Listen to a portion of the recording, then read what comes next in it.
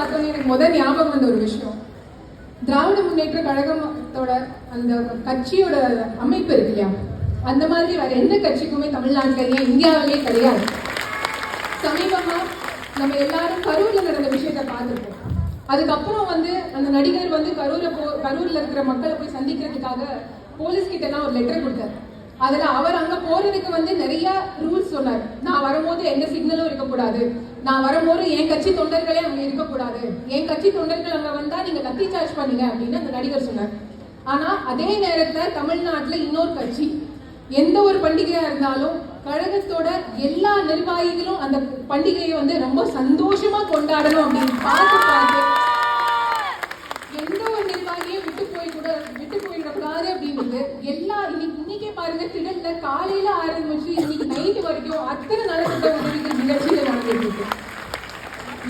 தலைவர் கலைஞர் அவர்கள் சொன்ன மாதிரி எந்த கொம்பம் வந்தாலும் திராவிட முன்னேற்ற கழகத்தை அழிச்சு நிர்வாகிகள் சந்தோஷமா இருக்கிற வரைக்கும் இந்த திராவிட முன்னேற்ற கழகம் தமிழ்நாட்டை ஆளும். அண்ணா ஆழ்வார், பேரறிஞர் அண்ணா ஆழ்வார், தலைவர் கலைஞர் ஆழ்வார், மக்கள் கண்டிப்பாக சந்தோஷமாக இருப்பாங்க.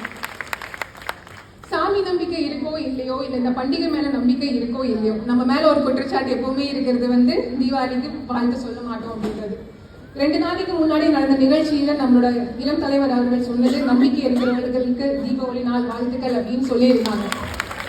எல்லாரும் குற்றச்சாட்டு வைப்பாங்க, சாமி நம்பிக்கை கிடையாது, சாமிக்கு விரோதமானது திமுக அப்படின்ட்டு. ஆனா திமுக தான் அந்த சாமி நம்பிக்கையோட இருக்கிற அனைத்து பிற்படுத்தப்பட்டவர்கள், மிகவும் பிற்படுத்தப்பட்டவர்கள், பட்டியலின மக்கள், அதே பழங்குடியினர் எல்லாருக்கும் அதிகமாக செஞ்சது. அது வேலை வாய்ப்பா இருக்கட்டும், படிப்பா இருக்கட்டும், இல்ல பொருளாதார ரீதியாக இருக்கட்டும், இந்த மாதிரியான இந்து மக்களுக்கு மிக அதிகமாக செஞ்ச ஒரே கட்சி திராவிட முன்னேற்ற கழகம்.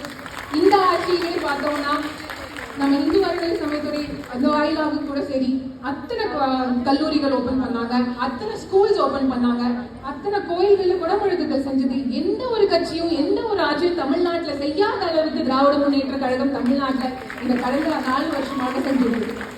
குறிப்பா பெண்களுக்கு அப்படின்னு பார்த்தோம்னா ஒவ்வொரு திட்டத்தையும் பார்த்து